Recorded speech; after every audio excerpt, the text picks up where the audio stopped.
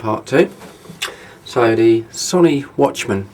The original Watchman, first one was produced way back in 1982, and it was a very sleek, it's larger than this, but it was a very sleek stainless steel covered version, and that was called the FD210. The Watchman name itself, I mean, obviously Sony was piggybacking on the very successful Walkman type product advertising and branding, and these, unlike the Sinclair TVs of sort of like 9-10 years previous, these little TVs were quite successful actually. It's a bit of a shame really for sort of Sinclair, as soon as he got there first, but I suppose those things happen. This particular model is a Sony 9B. It's a UK model. The original sort of version in this format is actually a Sony 10 FD10A, then came the 10B and then the 9B, but in actual fact the 9 isn't actually an upgraded model. It has a few little minor upgrades, but not that you'd really notice, to be honest. So it has a rather clever tube. If I get this up close to the camera, and that's just about the right angle, get it around there, you go, you can sort of see that the actual tube inside is angled. It's a bit difficult to see really, but it has a flattened 47mm black and white tube.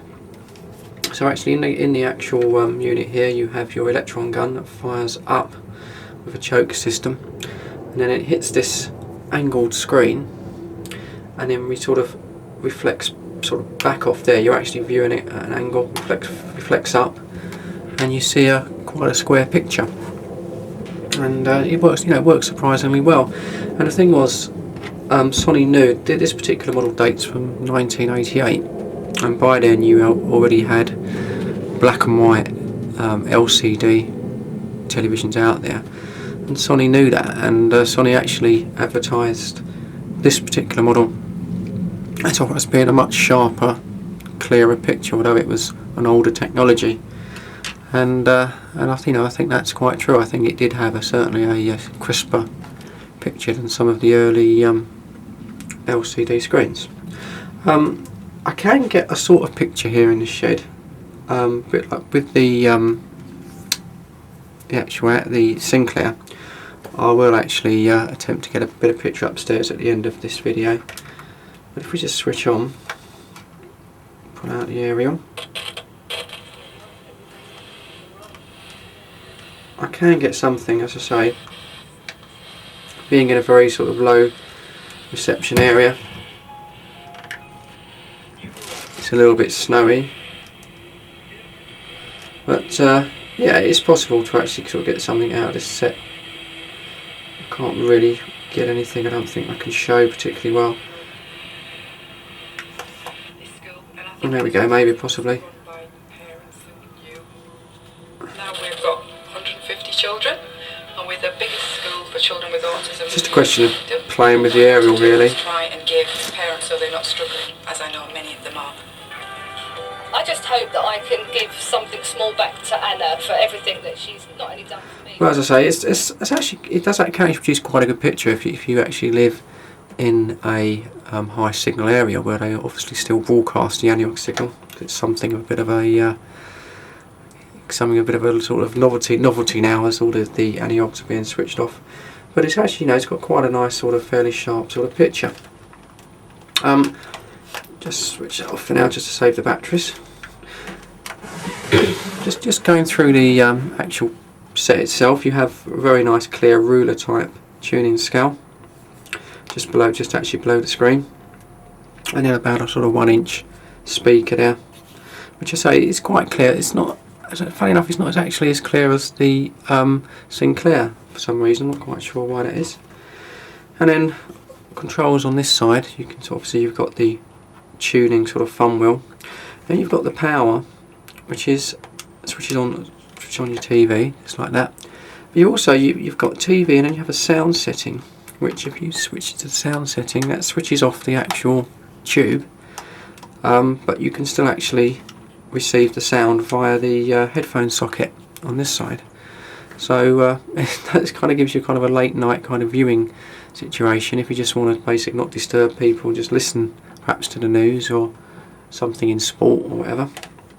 But of course you have to remember to basically switch that onto the off setting, otherwise you soon knock out the 4 AA batteries.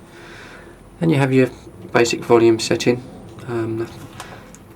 I think on some of the models around here, I think there was an external aerial actual input on this now. This one actually hasn't got it. I know I've seen some models with an external input. And then around here we had the little stainless flex telescopic aerial. And then you've got a standard earphone socket, 3.5mm. And then you have your DC 6V in socket, but it's not a standard socket that you'd expect to find. I don't know if I can get that close. You can have a look. It's a bit. It's a kind of a weird socket, to be honest. It's not one that I haven't actually got any power adapters that actually fit it, which is a bit unfortunate. So I assume that Sony must have actually produced a separate power transformer.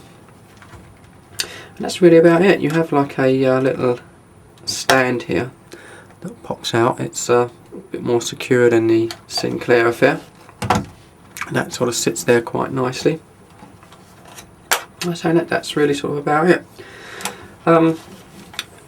Obviously with the analog signal being switched off certainly around the UK, and I think it's well gone in America now, you know, you can pick this particular model up fairly cheaply actually. I think I paid about £16–17 on eBay, and obviously this was a boxed example with the instructions.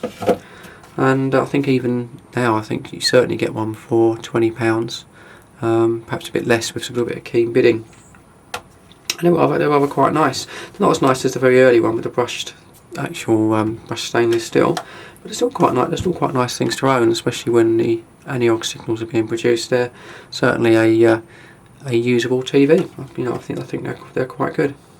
So okay, so I've finished this video with just a little clip of the actual picture working when I actually got it a little bit upstairs in the house, and that's it. So thank you for watching, and if you're after one of these, happy bidding. Percent of the British workforce was employed in some way by the manufacturing sector. Today, it's 9%. It's not that we don't make sports cars anymore. We don't make anything.